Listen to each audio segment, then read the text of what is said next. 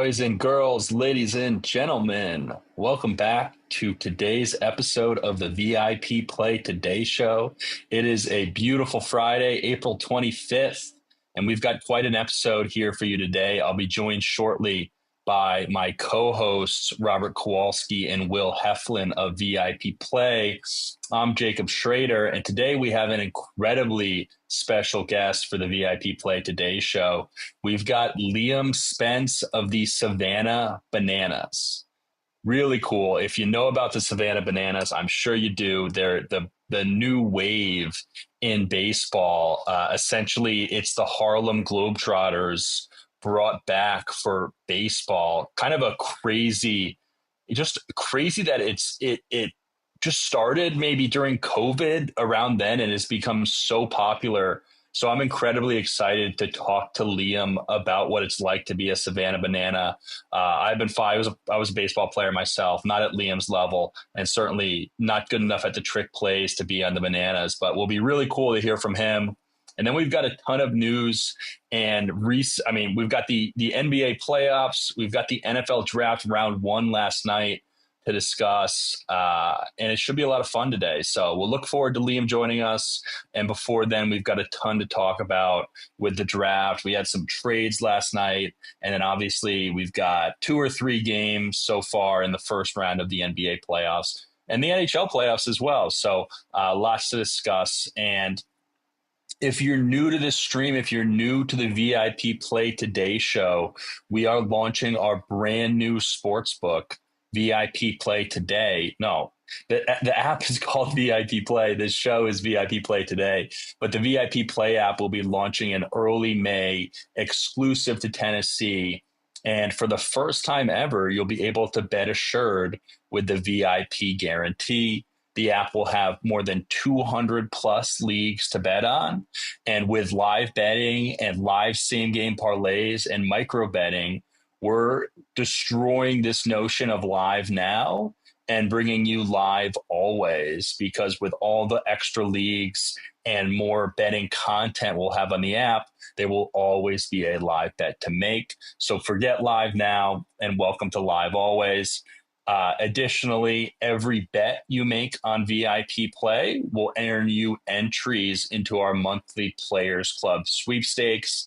That means every qualifying bet of $5 or more and not less than negative 250 American odds will earn you entries into the VIP Players Club sweepstakes. That sweepstakes resets every month, and every month the grand prize winner will take home a $10,000 bonus bet. So every bet you make on VIP Play comes with the VIP guarantee, and that means it will get you entries into the monthly sweepstakes. The VIP guarantee also means it really points to some of the little things that matter to sports betting customers, like, hey, if you make a bet and you want to cash it out immediately because it was a mistake, you can do so for your full stake amount. Granted, the odds of the wager hasn't changed, right? So if you make a bet by mistake, you can just, I don't think canceling is the right term, but you can cash that out for a full stake if the odds haven't changed. We'll also have customer support that's available 24/7 to all customers. So I know on a lot of sports betting apps, you don't get 24/7 support unless you have bet enough to be a member of the VIP tier or VIP program. With VIP Play, as I said, everybody plays like a VIP with us. So you'll get access to 24/7 customer support, even if you haven't made a bet yet, right? So that's something that we know is really important to customers. You want to know that if you're wagering real dollars, you have real people available to help you. And that's exactly what we'll provide with the VIP guarantee. And yeah, we're super excited to launch this app. We'll have 200 plus sports leagues. We'll have live betting, same game parlays, teasers, more leagues than any other operator in Tennessee, and even more to come with VIP Play. The in-person events we want to host. We really want to redefine what you receive as a sports betting customer, and this whole notion that everyone plays like a VIP is very important to us. So we urge you to check out the pre-marketing website. That's going to be zensports.com/VIP play. Our actual website, VIPplayapp.com, will be launching Monday, and we'll make sure to share that out on Twitter here. And we'll be sharing out some pre-marketing videos, teasers, screenshots of the app, examples of some of the SGPs and all the live lines you can take early next week as well. So with that, let's get into the episode today. Let's bring on Robert and Will, and let's have some fun.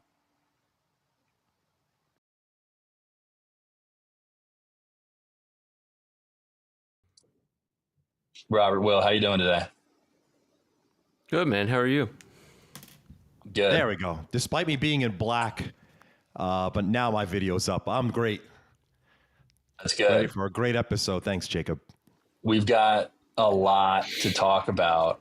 I'm surprised, Robert, you started the agenda with NBA, even though we had the first round of the draft last night. So let's quickly go into NBA. I've been watching some of these games because it's been exciting. I've really been rooting for Steph Curry and oh boy, I'm rooting for the Cavs.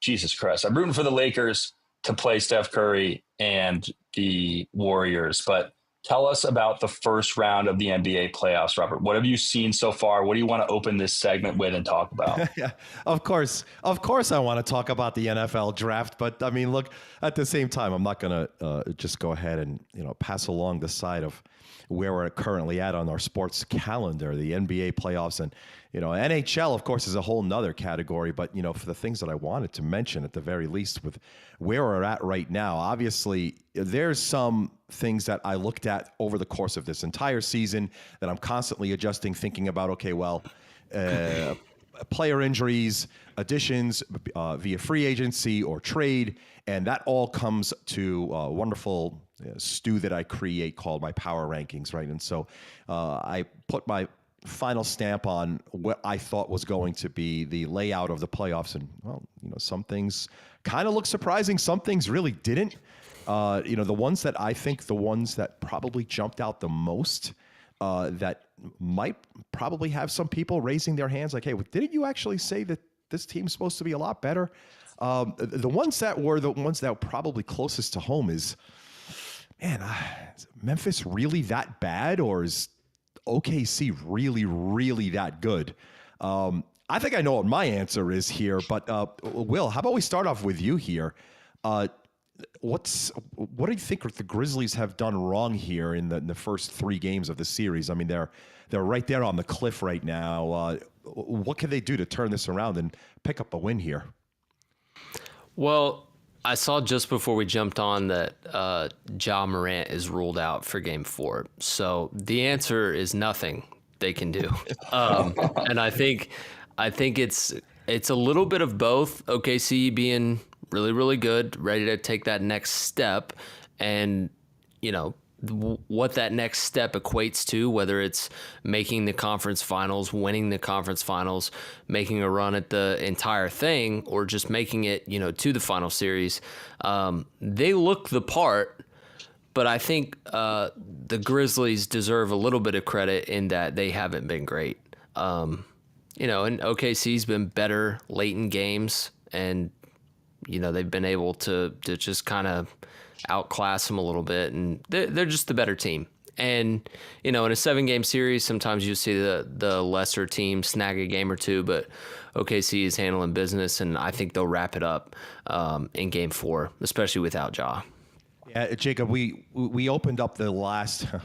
Wow. Okay. Spoiler alert. The game number 4's line, we opened up Oklahoma City as a 13.5-point favorite on the road. Of course, Ja Morant not being present is not going to help any semblance for the Grizzlies, and so currently shopping it around 15.5, which kind of seems right. I actually read something which I think is silly, but I could probably see if this game is kind of decided by the end of the third quarter. They're actually talking about not even, playing Shai Gilgeous-Alexander in game number 4, and I think they still end up winning the game. To be honest, if he barely played in game 1. Thank you. Exactly right. I mean, look, the Grizzlies were down to 56 points at one point, right? So they've beaten them 7 times in a row going back to the regular season. Look, I have Oklahoma City as the number 1 team in the league for almost the vast majority of the entire season. Maybe I want to say 19, 20 weeks. The other weeks were taken up by Cleveland. I think Boston made it in once. But they're really the nuts. I think that they've got the best stacked starting lineup, and I think everything goes through them in the West. So with that aside, I think that the only other thing that I really thought of is the words that Doc Rivers came out with the other day after the second loss to the Indy Pacers, and that was really weird because they came out and put in their best effort. Boy, I mean, Giannis Antetokounmpo had 34, 18, and 7. He pretty much did everything he possibly could, right? He put in an MVP performance for the game, and they still lost to the Pacers. So Doc, being Doc, they asked him at the press conference afterwards. They said, "Okay, so what do you think? You're heading home. You're down 2-0, and what do you have got to say?" And he says he's very confident about the series. Well, what else can you say, though, right? I would think you'd have to say that if you're the coach of the program. As it is, tonight's game, we've got the Bucks about a 5-point favorite, which does make sense. And look, really, the series isn't a series until the road team picks up a victory, right? And we've seen that in a couple of the series here so far. So maybe he's got a point. Right now, if you had to lay out and take a look at the pricing, and here's the beauty of looking at series prices, right? When it began, this series was almost a pick'em. Right now you can catch the Bucks to win this series. Of course, you got to win 4 here. Stuck 2-0, you could get them anywhere about 4-1 odds. Will, you buying or selling here with the Bucks? Going back home, you could see him evening it up. I still think jumping out 2-0 is such an advantage. I'm going to sell that Doc Rivers is just extremely confident. But, maybe. And they've got Giannis and Dame. They certainly could even it up very quickly. And then who knows, by that point, it may be back to a pick'em. So we'll see. But, outside of that, my biggest takeaway, just shout out to the Pistons. Got their first NBA playoff win in forever. Forever is right. That's a young, cool team. And VFL Tobias Harris has played a nice role on that team. Not a ton of Tennessee alum in the NBA, but that's one. And he's a solid player. So kind of cool to see them get a win. I don't think they win that series, but they got a win. They didn't get swept. They did not get swept. Yes. What do they need to do? Because I watched the first game of the series. Giannis is almost unstoppable. Like, clearly the best athlete on the court, but it seems like the Bucks get scored on every time on defense. They just got no answer for the, to stop, getting scored on. That's a great point, and that's something that I've basically seen there. The points that the Pacers are getting are easy points. They're not really working very heavily to get them. I mean, as it is, Halliburton's getting his anytime he wants right now, and they're spreading the wealth pretty easily. Anytime that the Bucks make a run, right, and of course they make plenty of runs in both games 1 and 2, Pacers just answered right back. And that's because of the really the easygoing defense that they've got. There's just so many places that Antetokounmpo can be at the same time, right? No matter how good he is, he could only cover one guy before he's got to switch off, and then he switches off, and then it's a bounce pass and it's a dunk the other way. So there's not much to be said about that. I don't know if change of venue is going to change that. It'd be very interesting to see, because you're absolutely right. The way that the Pacers are scoring, Jacob, makes it seem like first off, we know both of these teams can score very well, and when you combine the both of them and you're looking at the total, it's the highest total of the night by far. 230, 229 and a half.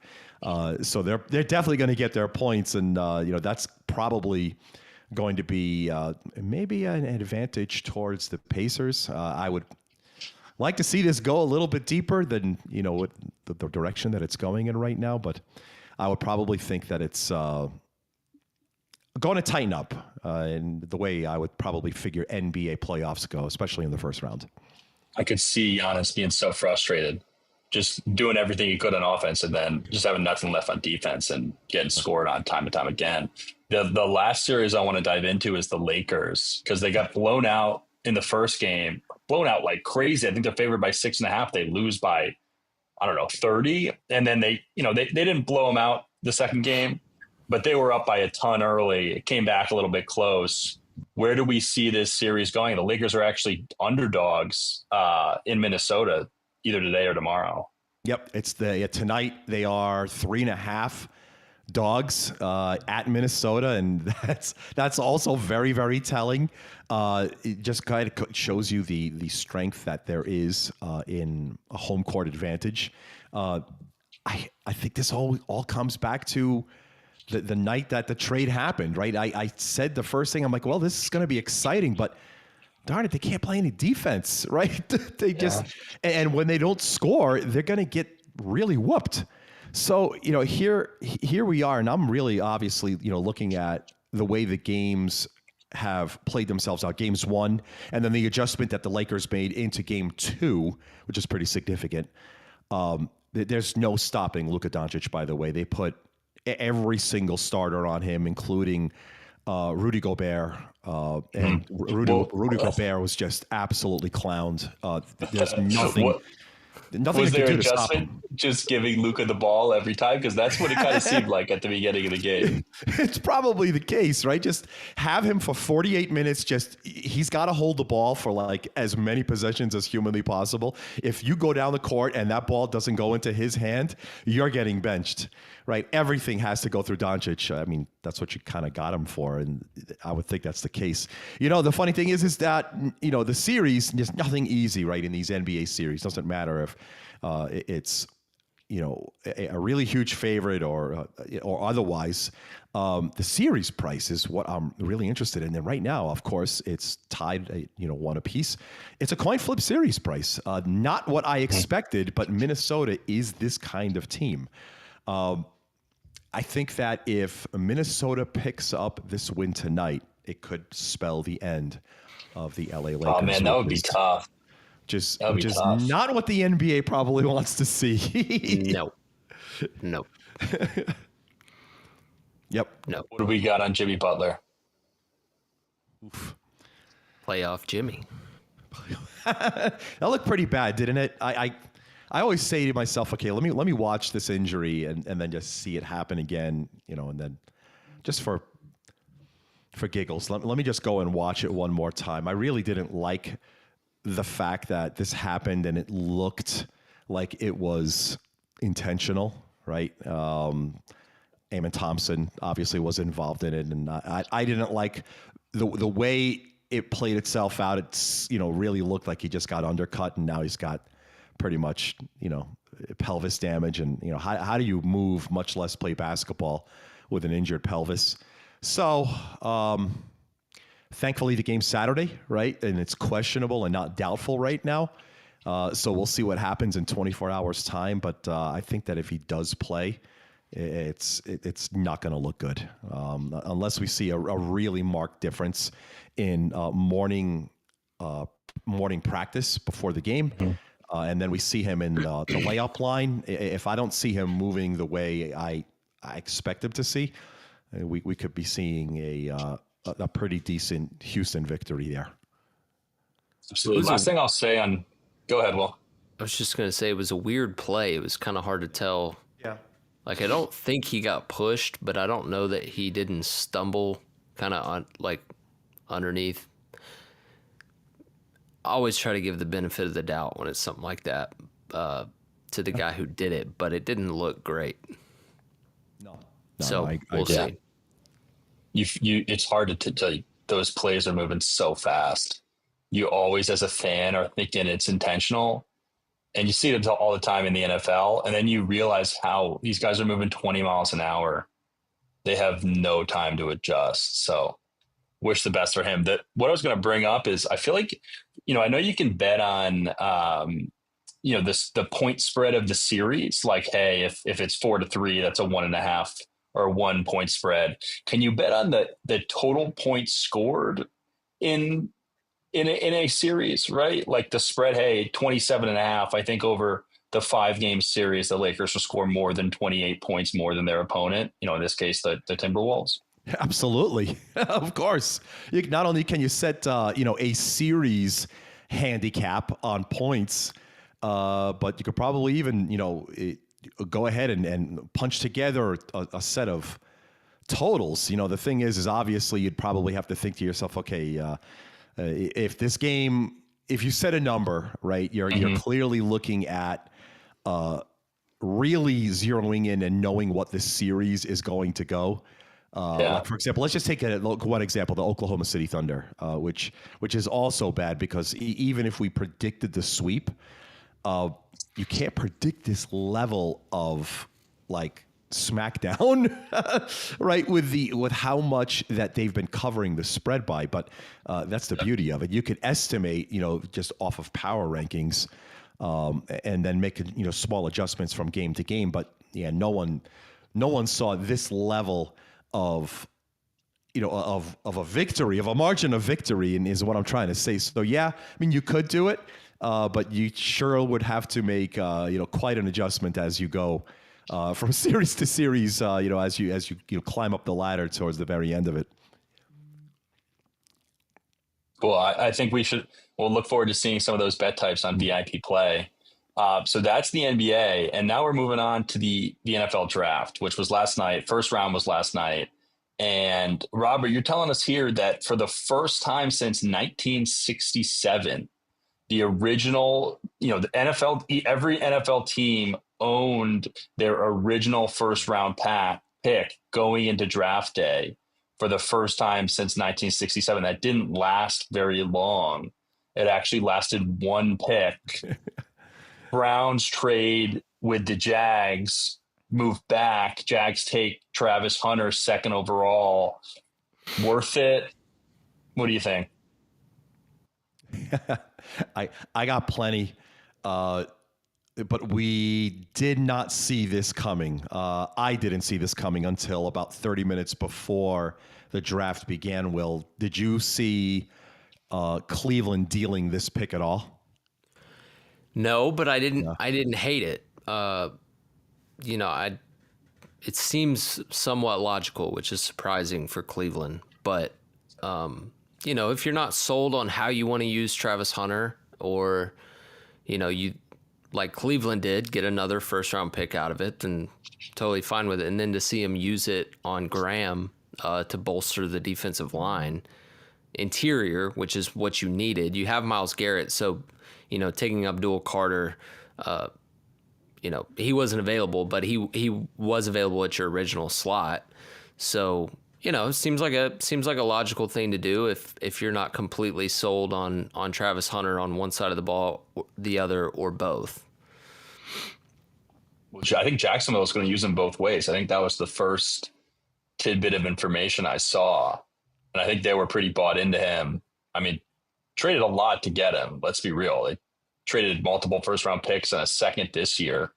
Well, one first-round pick next year and a second this year. Kind of a lot to get not a quarterback was my take on it.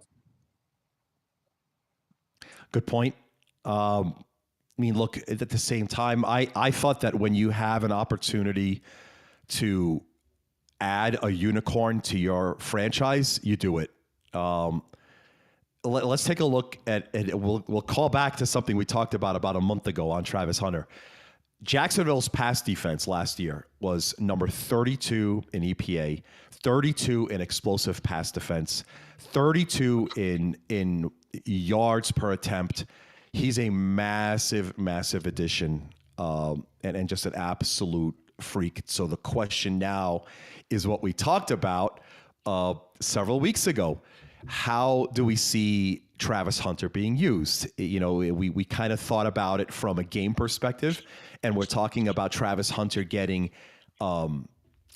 snaps, right? So I think, Jacob, we came to a decision that we wanted to use 9.5 snaps offensively as to how many he would get used per game. Forget about that. We're already starting to see like yardage. So forget about the fact that he's getting snaps. They're clearly looking to have him line up on the opposite side of Brian Thomas. Either way, look, even if Jacksonville wins the Super Bowl, and the Browns only get the Jaguars number 32 pick next year, I still think that Cleveland still wins this trade just based on value by all measures. They got themselves a really fantastic defensive tackle with pick number 5. And let's see what happens in a couple of hours. They may end up getting far, far more than we ever imagined at this point. But Hunter to the Jaguars, I think, is a massive win for Hunter, and it's a massive win for the Jaguars. They've confirmed they plan on using him both offense and defense. So that'll be exciting to see. First time in my NFL fandom that we've seen a player really play both ways. Besides the Julian Edelman, hey, play cornerback for a series here. It's going to be wild. So I think it's a great fit for Travis Hunter. But yeah, the Jags gave up a ton to get him. What other surprises did we see in the first round? Well, we gotta throw the softball to Robert. So the Giants, they take Carter at 3, which was early on looked like they might take Sanders there, and there were some rumors they had interest in Dart. And then they end up waiting, and then they trade back into the first round and grab Dart. What'd you see there, Robert? You like that move? You like those two picks? I love it. Thank you.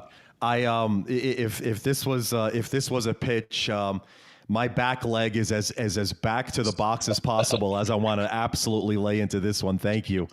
Yeah, look, I had a thought for a moment that, in the perfect world, it was going to be Hunter and Sanders somehow miraculously, but this is actually better.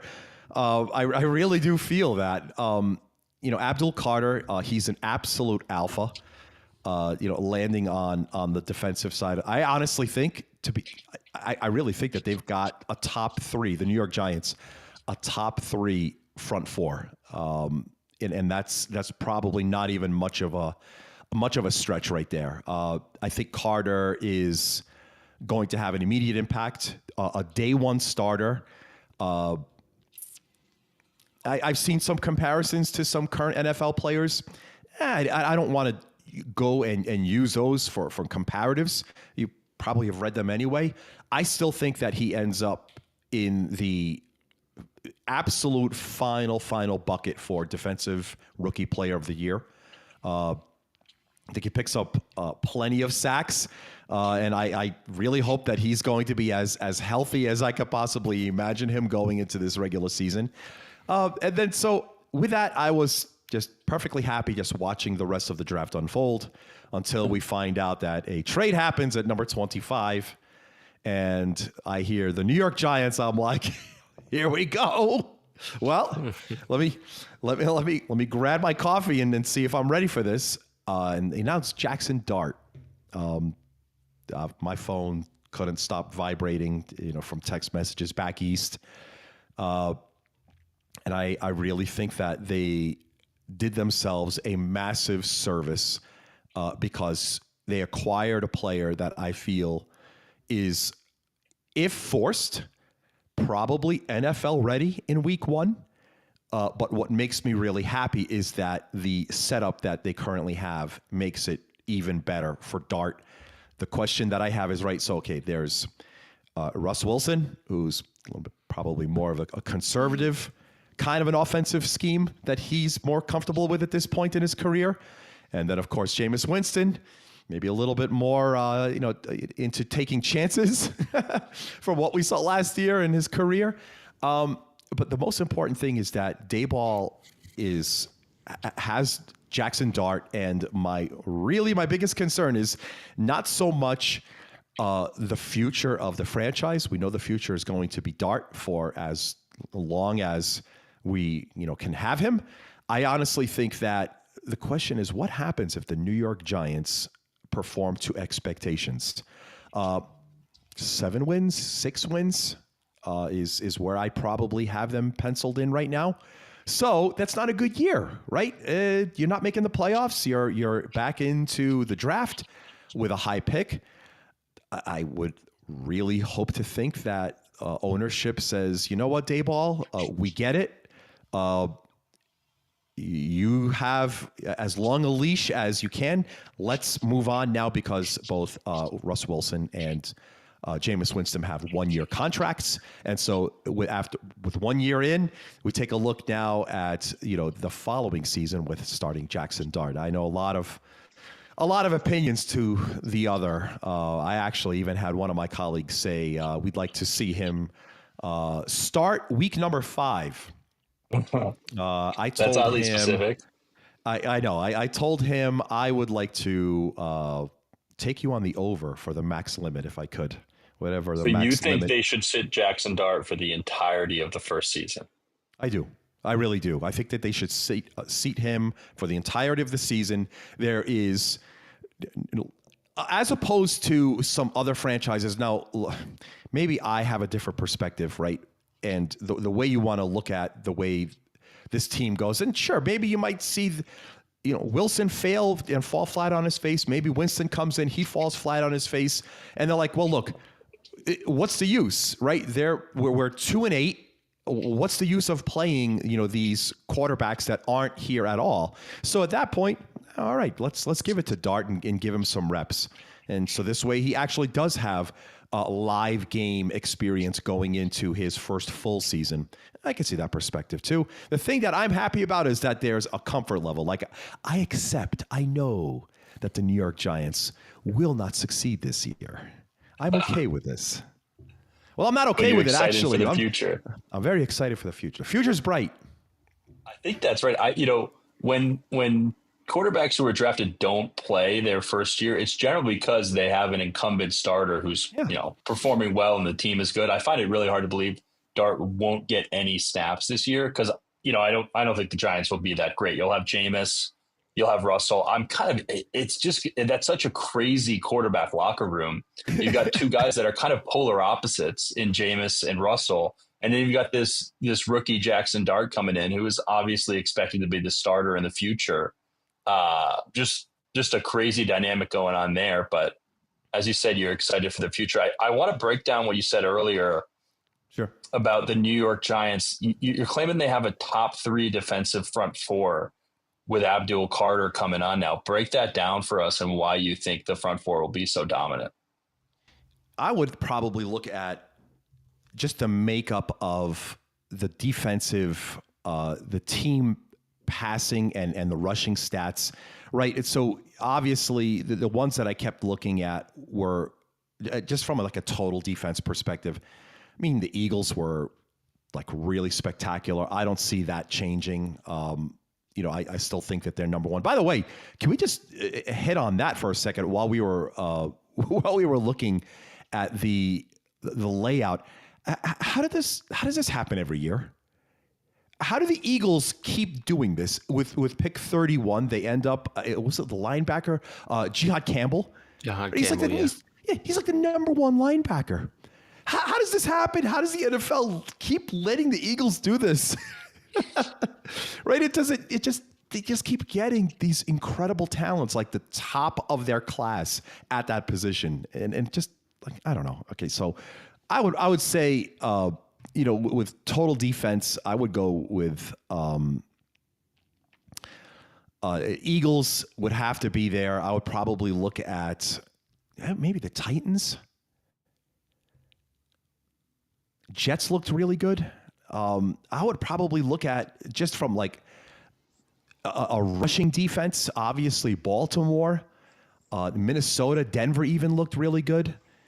But I would probably look at now, especially, I'm at Giants. I had them top 10-ish last year. And so by knowing that there's going to be a full season right from the opening bell with Abdul Carter, okay, fine. Top 5. How about that? Niners also improved themselves. So that's one to consider. All right. Okay. Top 5. You're forgetting about the LA Rams, but it's interesting you talked yourself out of that a little bit. Top 3 was aggressive. I knew that. Moving That's on. fair. So the Titans, they took who everyone knew who they were going to take, right? Yep. Cam Ward. What did Cam Ward show us about his professionalism, about how he handled himself on draft night? I thought he did an incredible job and really set the tone for his tenure in Nashville. What did we see? What did we like? Was there anything you didn't like? I thought it was all positive from Cam Ward. Will, you want to go first? Yeah, it was just I was kind of zoned out a little bit. What we saw from him after they took him, is that what you asked? Yeah, I mean, I think I saw some comments from Paul Kaharski saying, "Hey, it's really hard not to like what we saw out of Cam Ward." I think everything's about, "Hey, I started from humble beginnings, and I'm just appreciative for the opportunity." I think if you're a Titans fan, you're pretty motivated by that. There's a lot of quarterbacks that come in here with too much enthusiasm and too many antics, and you want a guy who appreciates the reality of the situation and the opportunity has been granted. Yeah, and he has carried himself like a pro. I don't know if Shadur's persona has pushed him more to act that way, or if he's just trying to, be a pro and be smart about it. But like we saw in that stream, that Fortnite stream that he did when he was talking about, Pollard and Ridley being the best in their, respective positions. I think he's just tried to attract no extra attention to himself. And I think that's just smart to be a franchise quarterback. He obviously has good people in his ear and he will have lots to learn, but it makes your job easier if all the other stuff you kind of keep buttoned up, if you will. And so I think it's encouraging to Titans fans to where, what you see on the field is the true result of how things are going, not, oh, well, he played bad and there's all this extra stuff going on, distractions, all that. The quarterback's hard enough to play, and it's even harder to play in the NFL. But, coming from, IWU, NCRT Ward, and then, he gets a couple years in the air raid at Wazoo, and then he has the breakout year at Miami. Like, it's just kind of a cool story. So he's an easy guy to root for. And, Tennessee obviously kind of fell in love with him early on, and it's nice to see that they just stuck to that, because it gets real easy to kind of get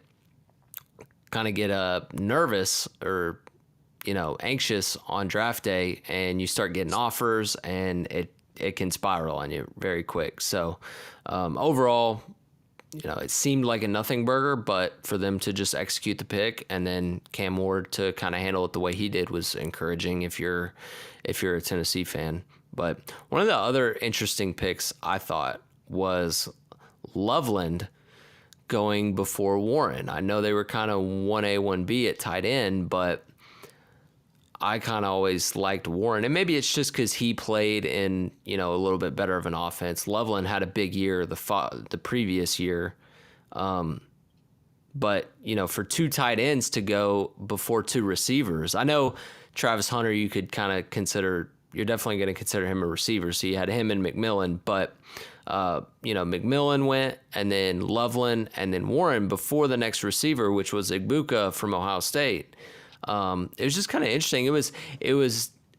It had to be that way with more defense and kind of more guys up front because of last year. You didn't have a defensive player taken until 15, and it was the Colts with the DN from UCLA. So there was more defense early, but after Ward, it was an interesting draft, but nothing like insanely crazy. Like, I don't think anybody just completely screwed up their pick. It was a lot of team need and, bolstering offensive line, stuff like that. If those don't work out, so be it. But a lot of them seemed like logical selections, and especially like Dallas and Pittsburgh. Dallas was rumored to be in the running back sweepstakes. They go O-line. Pittsburgh was talked about, maybe snagging Shadur. They don't. Just kind of interesting how it played out. Jacob, I'd love to just hop back. Yeah, I'd love to come back for just a quick minute to Will's comments on Cam Ward, and then I want to touch on the tight ends getting drafted so early, because I think both of those definitely need a little bit of highlighting as well. I thought that was something that was pretty remarkable that the Bears did. But back to Cam Ward. Look, you don't even need the media anymore. You don't need much more tape. We knew what Cam Ward was going to do. We knew obviously where he was going to get picked. Look, the last 3 years, the Titans took a sack or threw an interception on nearly 20% of their third down dropbacks. It was the worst in the NFL, right? I felt that pain, and I know that fans of the team locally felt it as well. It was really bad. Now, Cam Ward helps this massively. He's rarely sacked. As a matter of fact, it was the best sack rate in this draft class. Really highly explosive pass rating in this class again. And he's the most accurate quarterback, over 10 yards. Right? These are the things that Tennessee, they didn't want. They needed this. Right? No matter how you wanted to influence other people to think this is exactly who Tennessee needed. And I'm glad that this went their way. And there was nothing that could be done to change their minds on this one. No overwhelming amount of trading of offers. It just wasn't going to happen. Obviously, we saw that. So we know that's what it's going to be. And I'm hoping that this is Tennessee's it guy, right? This is their 10-year quarterback guy. We always talk about if you don't have that quarterback, you got to keep drafting. Will even mentioned it last week. You got to keep drafting that quarterback in round one until you have your quarterback.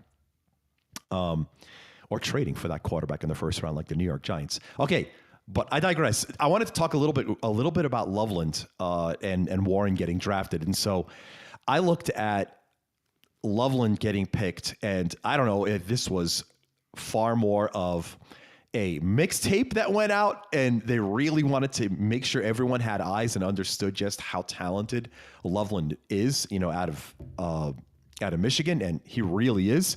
But boy, does this make sense for Chicago. This is a Ben Johnson pick more than anything that he's done during free agency, and I think that he's going to be used very, very often.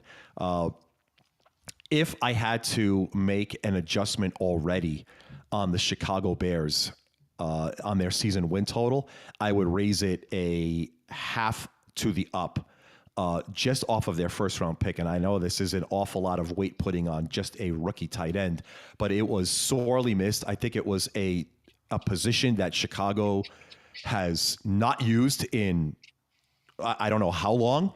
And I think it's only going to add a new facet to the Bears offense that I think it was sorely missing. Yeah, I know we talked about the offensive line being brutal, right? And they've addressed that during free agency, and now this offensive weapon only helps matters. So the division's definitely going to be one that I'll be watching very closely this year. So a great point on the tight ends and where they're now being valued in the first round. 2 tight ends, as Will mentioned, before wide receivers, is pretty wild. That is wild. Is this a renaissance of the tight end era? I feel like we've seen more tight ends drafted in the first round recently than prior. They haven't all worked out, but a couple of them have. I think this might be a trend. Robert, would you agree that we continue to see going forward? And Colston Loveland is he's not a guy you're going to have blocking. He's big, but he's kind of a big wide receiver. He reminds me of Kelvin Benjamin, who was, not slated like a tight end, was a wide receiver, but kind of the same build. Yep. No doubt. I don't know if we'll see, obviously what happens next year, and then we could call to a trend. And I know just last week you were talking about Warren, supposed to be like, the cat's meow. We were supposed to be talking more about him, but something about the positioning in the draft and the way I see the offensive scheme working far more in Loveland's favor than in Warren's favor. But that's just me. For now, let's just call this moment, this draft for tight ends. Let's call it the Space Odyssey segment, right, where we can see the monolith appear for the very first time. Who knows? Maybe it's going to continue in the favor of tight ends. We haven't forgotten about you, tight ends. Lots of fantasy implications on the tight ends. Yes. Our soon-to-be guest, Liam Spence, is a avid fantasy footballer, although he's a terrible manager. It's okay. We won't hold Terrible commissioner. That's I think my friends would call me the same, actually. But if Liam's ready, Will, let's bring him on. Yeah.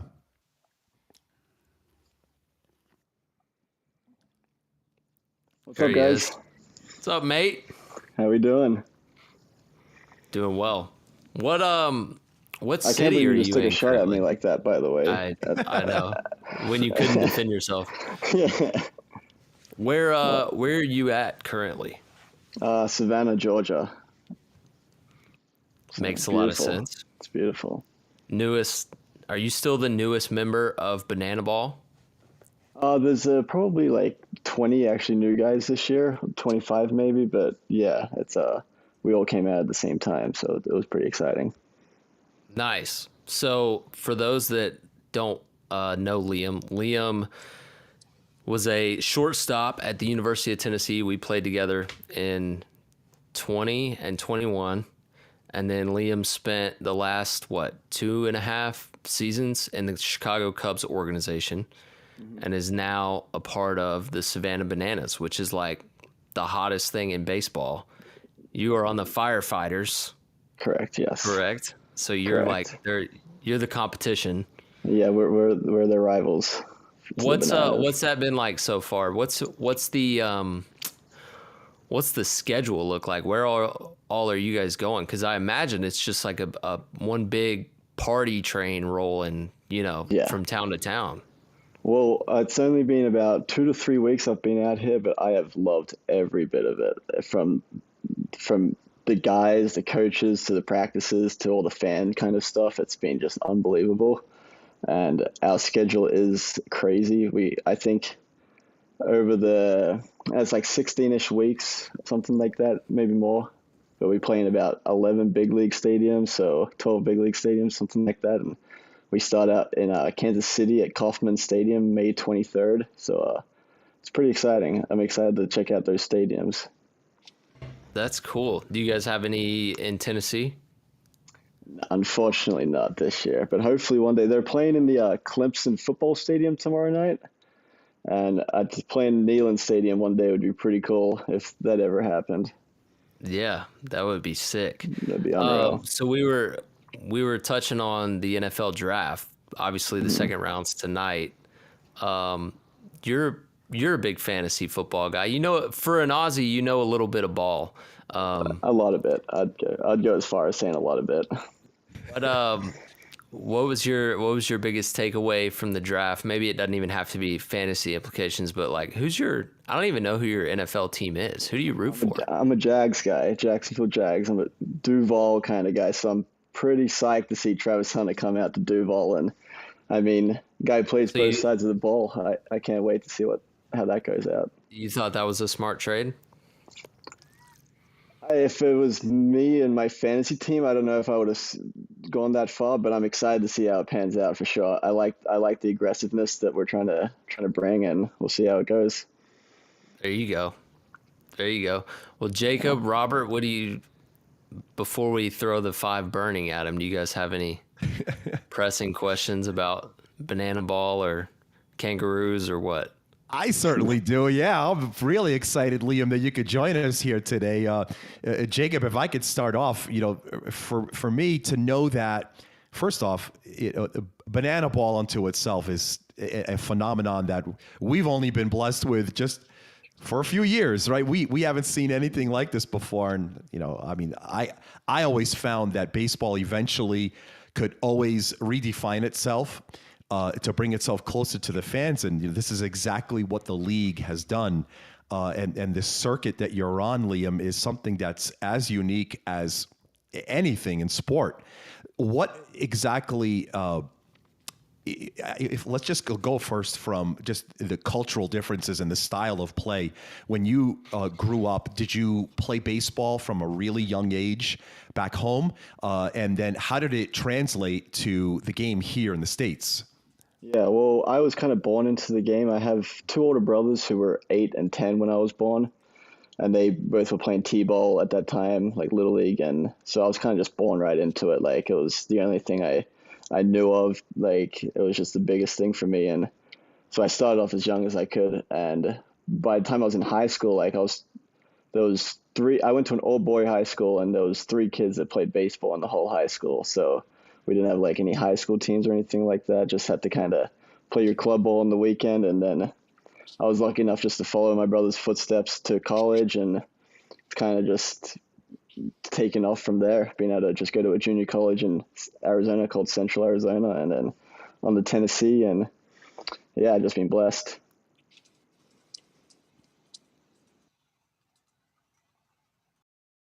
Are you frozen? I think he's frozen. Can you hear me? There we go. Perfect. Yeah, we got you.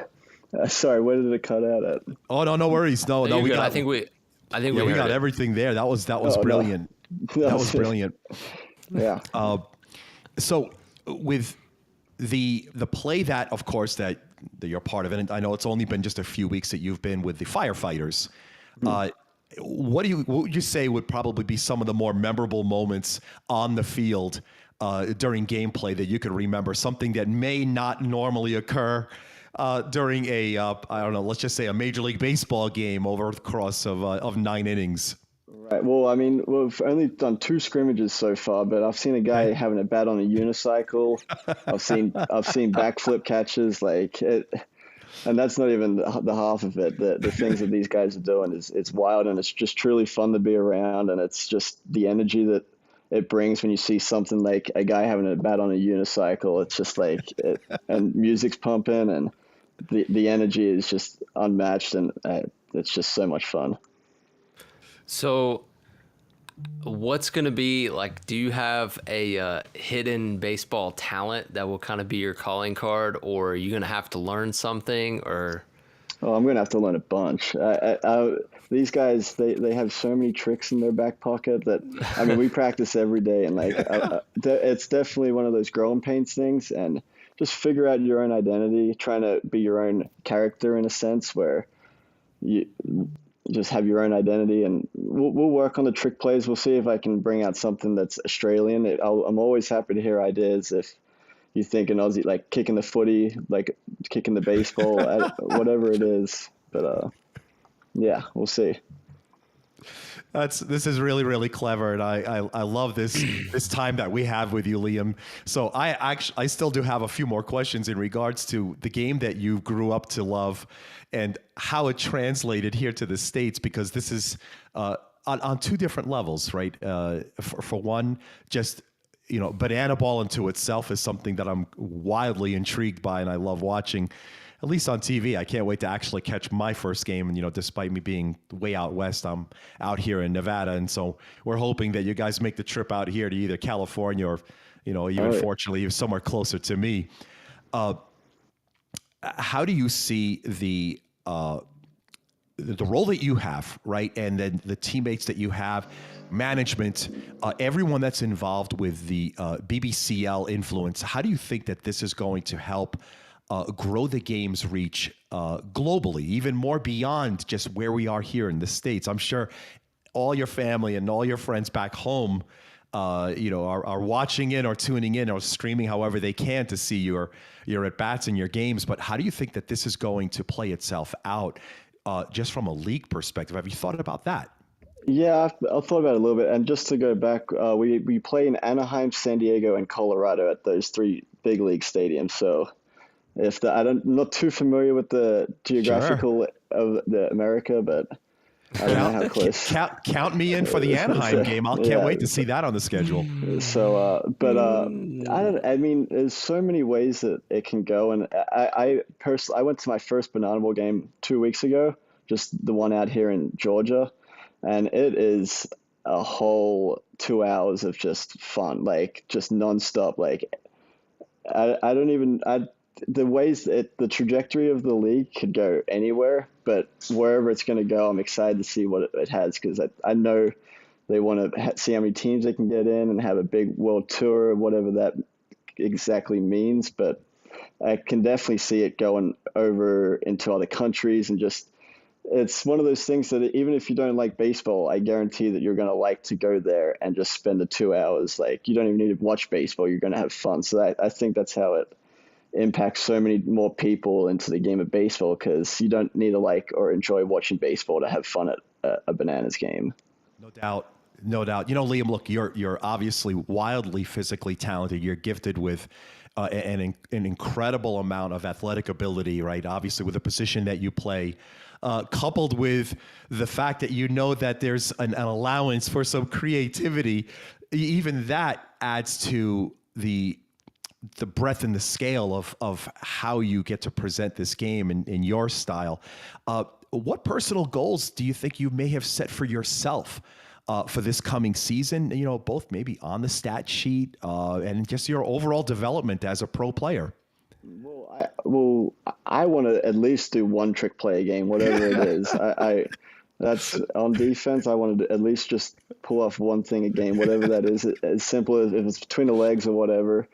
But stats wise, I really haven't given it much thought. But overall, as just a player for myself, I want to become stronger, better. I still have the goal to go play in Australia in the Australian Baseball League, yes, November through January. So in a sense that I just want to get my body better for that at the same time. And, you know, there's the World Baseball Classic next year, the Olympics coming up, all these opportunities to represent Australia and play on the world stages. That's definitely in the back of my mind and something that I would love to do. So I'm also at the same time just preparing my body for that sense, while enjoying and trying to be the best banana ball player that I can be. Liam, how did you get connected? Like, did they recruit you, yes, or how did this come to be? Yeah, so the head coach for the Savannah Bananas is Tyler Gillum, and he recruited me to a junior college, and it ended up being my JUCO's rival. So I kind of knew him for 2 years through that, and then we'd just been in communication for a while, and I mentioned to him that I would love to try out Banana Bowl, and he said the same. Love to see me out here, and it kind of just worked out perfectly that we're both keen on seeing how it would go, and so far I'm loving it. So I'm lucky to have met that guy. You never know who you meet and where it'll take you. Yeah, you got to be nice. You got to be nice all the time. All the time. That is so true. You never know what opportunities will present themselves, no matter where and what time the situation may be. That's a great story, Liam. That's fantastic. All right. I think we've buttered him up. Robert, I'm going to let you take it away. All right. With 5 burning questions. All right, Liam. We do these for every one of our beloved guests, and you're not going to be any different. And so we always end our fun segments with our guests with 5 burning questions. And these are a little bit tougher. We probably want to stray a little bit more away from sport and delve a little bit more into finding out what kind of a person you are. And this is what our guests that are watching us live here today can't wait to find out. These 5 burning questions for you, Mr. Spence. Are you ready? I'm ready. Question number 1, Liam. What's the best sandwich? Oh, just a Vegemite and cheese sandwich.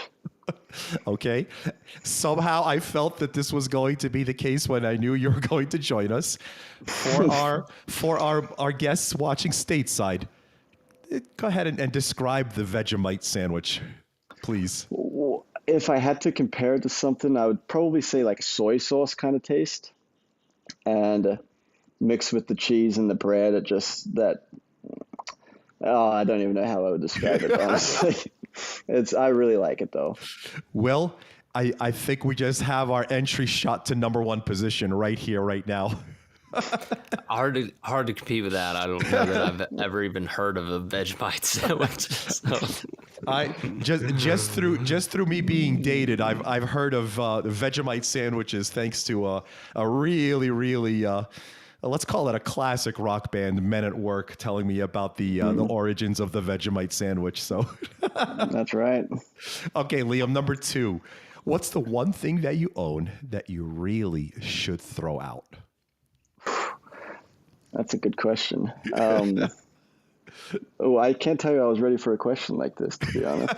I should just throw out all my alcohol. It's not good for you. It's just bad. And I think I could just get rid of it, and I'll be happier for it. Words of wisdom, Liam. Words of wisdom. Yeah, what an answer. No, again, that's 2 in a row that we haven't had anything resembling these answers. So this is great. Good. That's what I like to do. Wonderful curveballs getting thrown at us. My knees are bending. Okay, Liam, number 3. What's the scariest animal? A drop bear. Please offer detail. Yeah, no, they're just an Australian animal that are in the trees, and they're like a little bear, and they drop down on you with these big claws. Wait, so they are the predator? They're kind of a mythical creature, but they're a well-known Australian animal that you get told stories on when you're a kid camping. So it's been in my mind forever. Little tree dwelling barefoots or bigfoots. Oh yeah, big feet.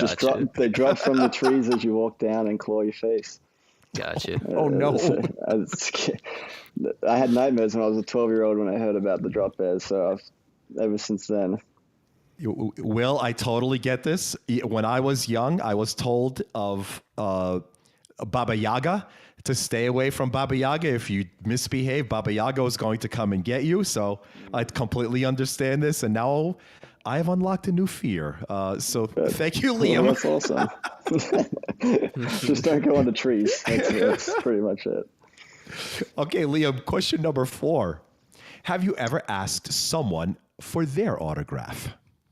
Oh, yeah. Plenty of people. I'm trying to think of who would be the most well-known one, but I mean, I've definitely asked my fair share of autographs.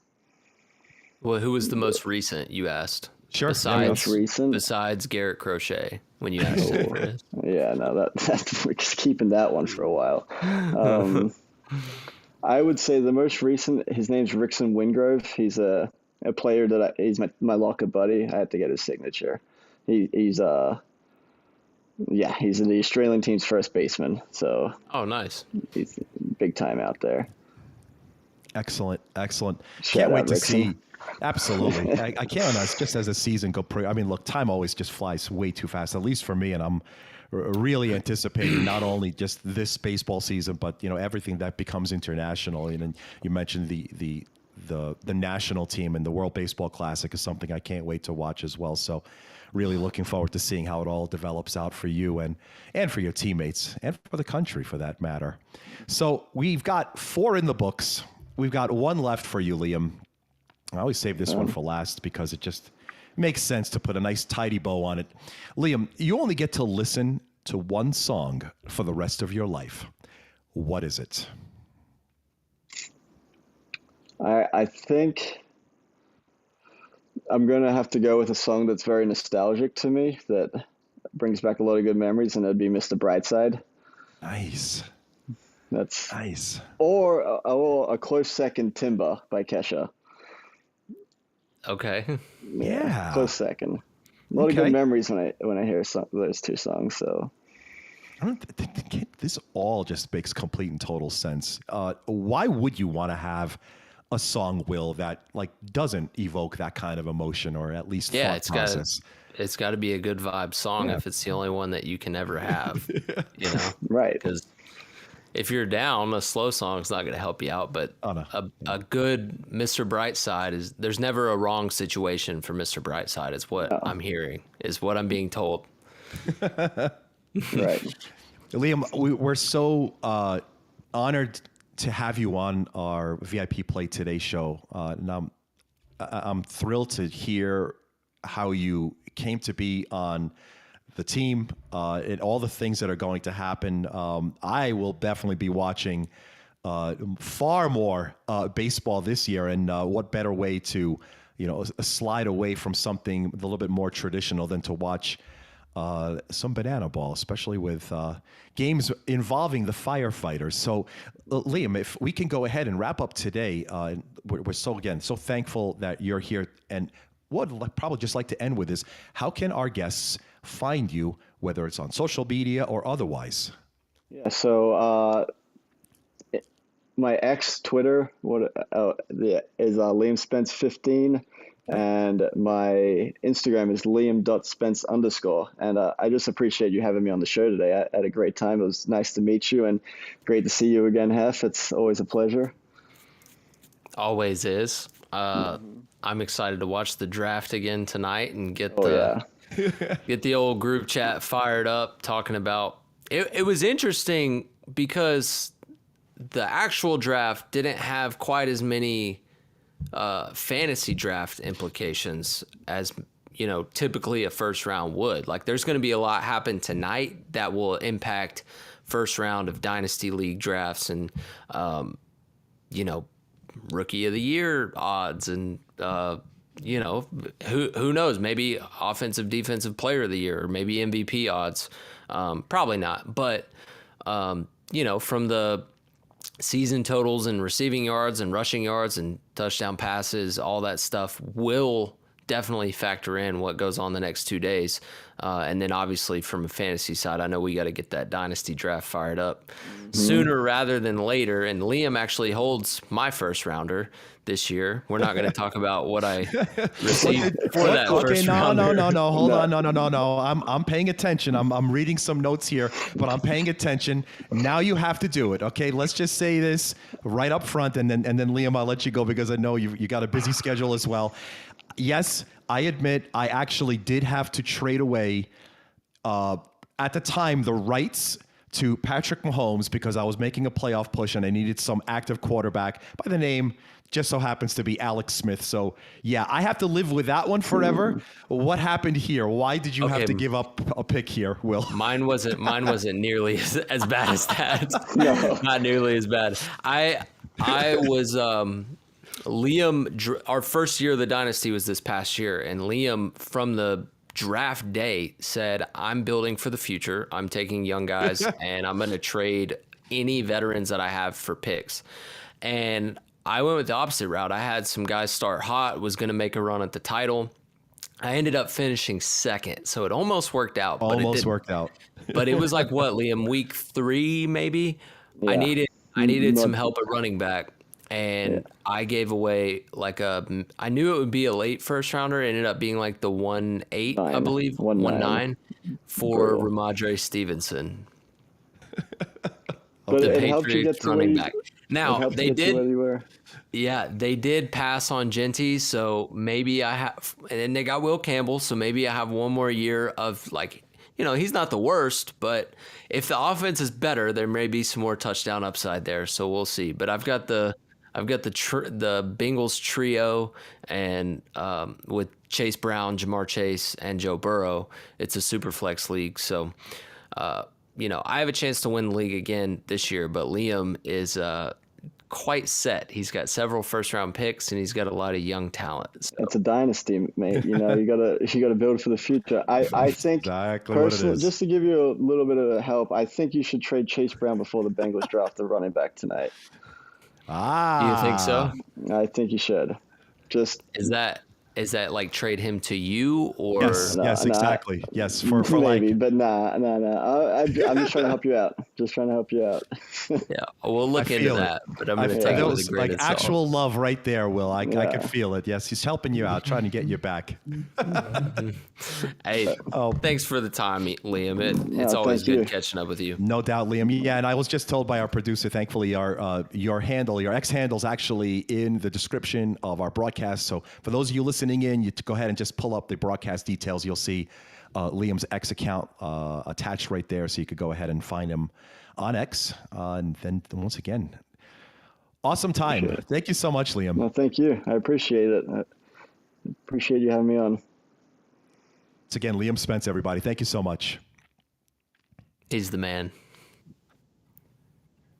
Such a great time there. You know, I had no idea like how any kind of a conversation begins with our guests. And something told me like right from the opening bell, like 10 seconds in, I'm like, yeah, this is going to be great. This is going to be really, really fun. They all are. You know, but to have on, you know, if this is someone that you grew up with for, a while, you've known him for a lot of your living years. And you could just, tell he's got like a genuine, real excitement about the game, what he's doing. He's really passionate about it. And it's complex, right? Baseball is hard enough to have to incorporate, some flair to it, like bona fide, real, like banana style flair. So I'm just really excited to watch. I hope them, nothing but great success here. That's great.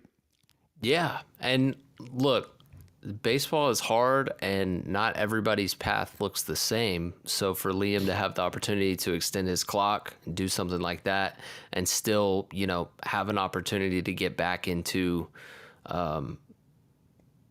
competitive baseball, whether it be the WBC or Olympics or, a second stint with a pro organization, you just never know. So if you love the game and you're good at it, go do it. And Liam's certainly done that. But he's just a good dude, and it's hard not to like the Australian accent. So he's always fun to chop it up with.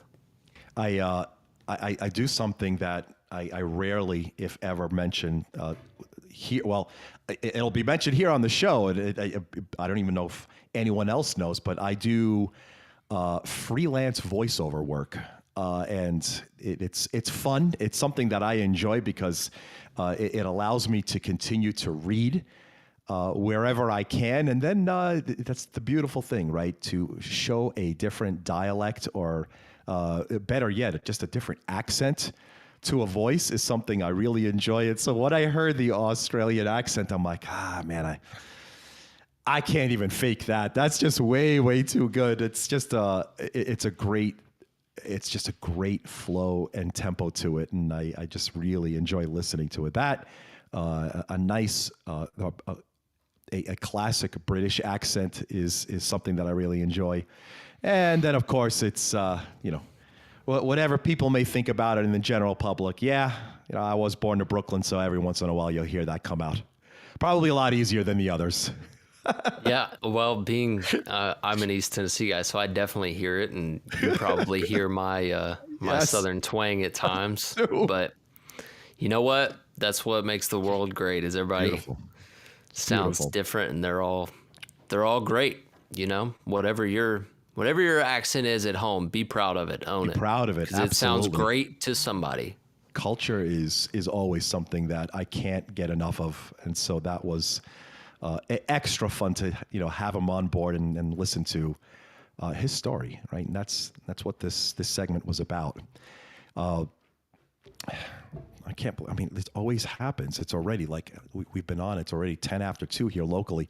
Well, let's go ahead and put a bow on this great episode. And there's one final thing that I wanted to talk about. Since we already have one round in the books, round 2 is about to begin, and round 3 thereafter. But we talked last week about the Offensive Rookie of the Year, and I wanted to go and revisit it now that we know where some of these players that we talked about where their homes are right now, right? And so let's take a look at this and call this the Offensive Rookie of the Year award and who we like to think might finish best. Part two, right? And so we now, of course, know, there was no change. We know that Ward was going to go where he is. Genty, I kind of had a feeling that it was going to end up being with the Raiders. And then there's obviously some other players. Marion Hampton, I talked about if he gets a good landing spot. I thought he had a good chance. He ends up on the Chargers, which is, a far better spot than I thought was going to be. With the current set of players now having homes, you have a different feeling. Obviously, we talked about Ward, we talked about Genty. They'd probably be the favorite. If I had to put a price on them early on, and this is strange because obviously, most of the time, the Offensive Rookie of the Year isn't the favorite. However, Genty, let's call it plus 350, Ward plus 350, and then it opens up. Who would your early pick be? Well, let's go ahead and just make a little practice here. Let's put a line through Ward and Genty. Who would you pick next?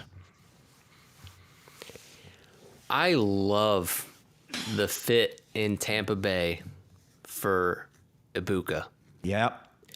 With Baker, and I know they lost Liam Cohen to Jacksonville, so we'll have to see what that offense looks like scheme wise. And Mike Evans is still there, and Chris Godwin has been a phenomenal possession type receiver there. But they're both getting older, and Godwin missed a lot of time last year, Yes, and Ibuka's just so shifty. You can play him in the slot. He's tough over the middle. He's got good hands. I think Baker and he will click. My only issue there is, will he get enough target share early enough to win Rookie of the Year? So while he would be my fun pick, I can't go there. You already touched on it. Is there a better fit for Hampton than with Harbaugh and the LA Chargers?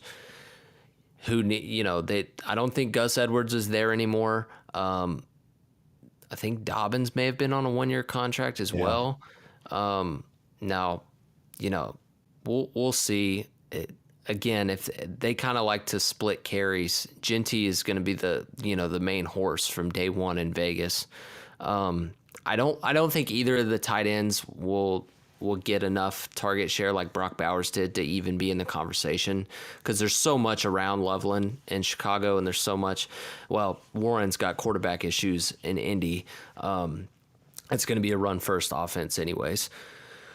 So I guess I'll stick with that. Like, maybe you could look at McMillan.